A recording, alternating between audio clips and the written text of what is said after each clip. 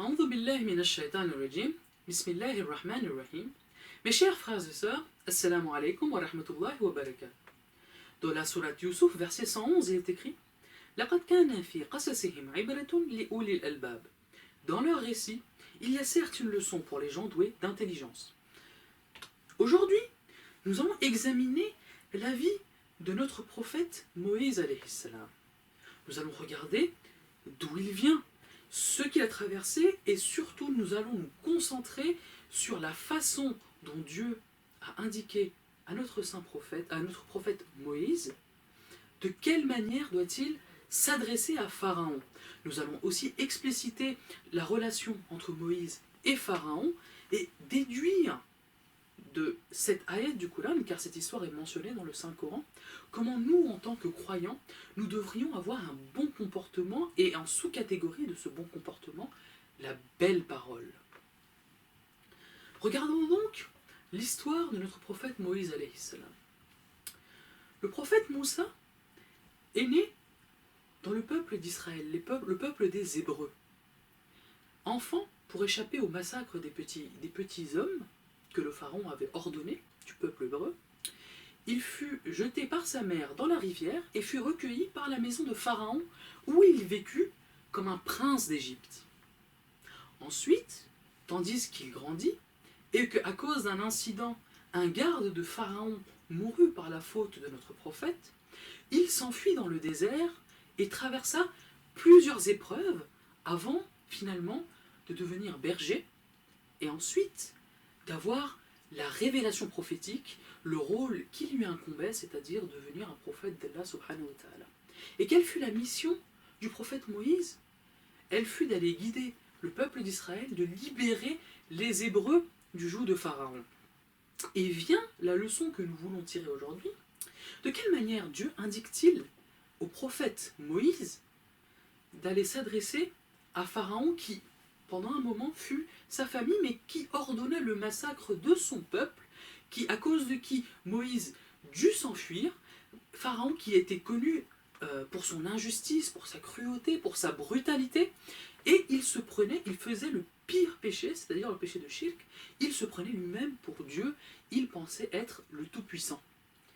Regardons donc l'injection de Dieu à Moïse pour aller parler à Pharaon. Sourate 20, versets 43-44. Allez vers le Pharaon. Ici on parle de Moïse et de son frère Aaron. Il s'est vraiment rebellé. Puis, parlez-lui gentiment. Peut-être se rappellera-t-il ou me craindra-t-il. Avant de développer sur le contenu de la bonne parole qui fait partie du bon comportement, regardons donc que cette parole est obligatoire même envers un tyran tel que Pharaon, qui a ordonné l'exécution de milliers d'enfants innocents, qui s'est pris pour Dieu, qui a remplacé Dieu par sa personne, et qui fut d'un caractère abominable. Même envers cet homme, Allah subhanahu wa ta'ala prescrit la parole gentille par peut-être, avec une bonne parole, se réformera-t-il. Nous allons regarder comment on peut diviser la bonne parole. Qu'est-ce que la bonne parole? On peut définir trois petites catégories. La parole utile, la parole vraie, la parole agréable. À la base de la parole est un outil de communication. Nous l'utilisons pour parler avec nos semblables, nos frères et sœurs, pour coopérer avec eux. C'est donc un moyen de communication qui se doit d'être utile. En quoi la parole inutile est désagréable et ne sied pas aux croyants? Parce que cette parole, qui est inutile, peut dégénérer en moquerie, peut dégénérer en paroles mauvaises ou en jugement dans une situation où nous ne connaissons rien. C'est une parole qui, en soi, n'est pas mauvaise, mais qui peut dégénérer. Elle peut se transformer en colibet, elle peut se transformer en moquerie, elle peut se transformer en insinuation, elle peut se transformer en mensonge. Donc, pour avoir une bonne parole, une parole qui fasse partie du bon comportement, notre parole se doit d'être utile. Et c'est un filtre que nous devons nous rappeler lorsque nous parlons à autrui. Une deuxième facette de la bonne parole qui fait partie du bon comportement, c'est la parole vraie. Lorsque nous parlons à quelqu'un, nous voulons lui transmettre des informations comme il a été dit précédemment. Mais souvent, lorsque nous faisons ça, nous avons une intention envers cette personne, c'est-à-dire que nous considérons la personne à qui nous nous adressons. Effectivement, quand on regarde les subtilités, par exemple, de la langue française, de la langue arabe, il y a plusieurs façons de s'adresser à une personne selon le degré de respect qu'on accorde à cette personne. Et la parole vraie est nécessaire parce que si nous mentons à quelqu'un, non seulement les conséquences de cette parole sont funestes, soit pour lui, soit pour moi, mais lors du jugement dernier, funeste pour moi, ça c'est sûr, si je vois quelqu'un, mais cette parole démontre qu'on ne respecte pas notre interlocuteur, on ne lui fait pas confiance, ce qui veut dire que soit cette parole ne doit pas être dite, soit nous devrions revoir notre compagnonnage, notre environnement, il y a quelque chose à revoir si nous sommes forcés de mentir. Je rappelle qu'il y a certaines situations où nous sommes autorisés à mentir, mais ces situations sont rares. Dans la plupart des situations, nous devrions dire la vérité. Et cette parole vraie a donc une qualité, c'est que si nous disons la vérité à notre interlocuteur, nous n'avons pas peur de la rétribution qui arrivera à cause de cette vérité. Si c'est une critique que nous donnons à notre frère ou à notre sœur, nous pensons qu'elle est capable de l'encaisser et de l'utiliser, et nous ne craignons pas une rétribution. Cela signifie donc que la parole vraie indique la vertu de la relation que nous avons avec la personne avec qui nous conversons. Et si cette parole n'est pas vraie, il nous faut travailler à la rendre vraie. Il y a des gens qui mentent de façon compulsive. Nous devons nous rappeler et nous discipliner que si nous tenons à des gens, et ces gens sont vertueux, bénéfiques pour nous, nous devons nous rappeler de leur dire la vérité. Et si ce n'est pas le cas, nous devons nous abstenir de parler. Voilà donc un deuxième filtre que nous pouvons appliquer dans notre vie de tous les jours lorsque nous communiquons avec nos frères et sœurs. La troisième qualité de la bonne parole qui sied aux croyants dans le bon comportement, c'est la parole agréable. En effet, cela va plutôt de soi, mais la parole qui est réconfortante, la parole qui est encourageante, la parole qui est enjôleuse. Cette parole est nécessaire pour maintenir des bonnes relations avec mes collègues de travail, avec mes parents, avec mes frères et sœurs. L'objectif de la parole agréable, c'est de réconcilier les gens, c'est de nous rapprocher de ces personnes. Et c'est donc un objectif noble. Et c'est pourquoi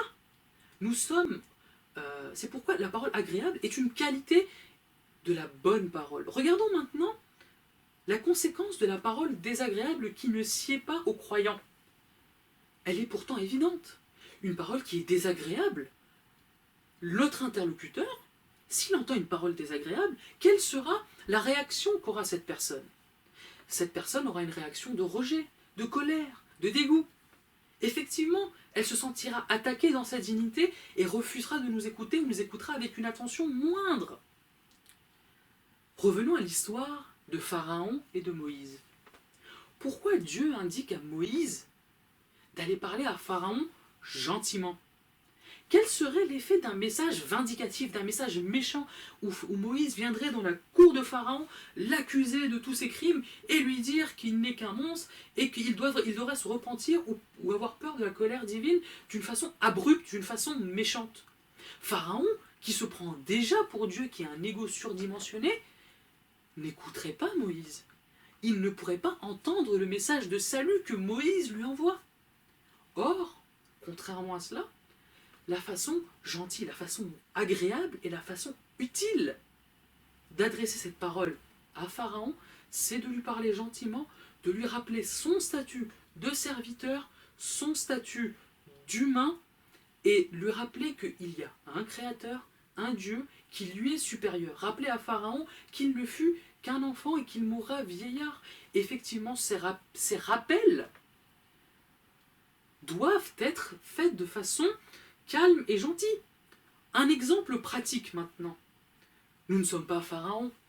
Nous n'avons pas ordonné le meurtre des enfants des Hébreux. Un exemple beaucoup plus pratique.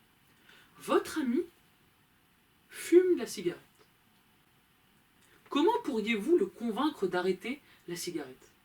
Est-ce que vous allez le voir et vous allez rire de lui en disant que c'est un idiot, un imbécile, qu'il a commencé une drogue et qu'il aurait dû savoir, à cause de la prévention qu'on a maintenant dans les écoles, que commencer cette drogue est néfaste pour la santé?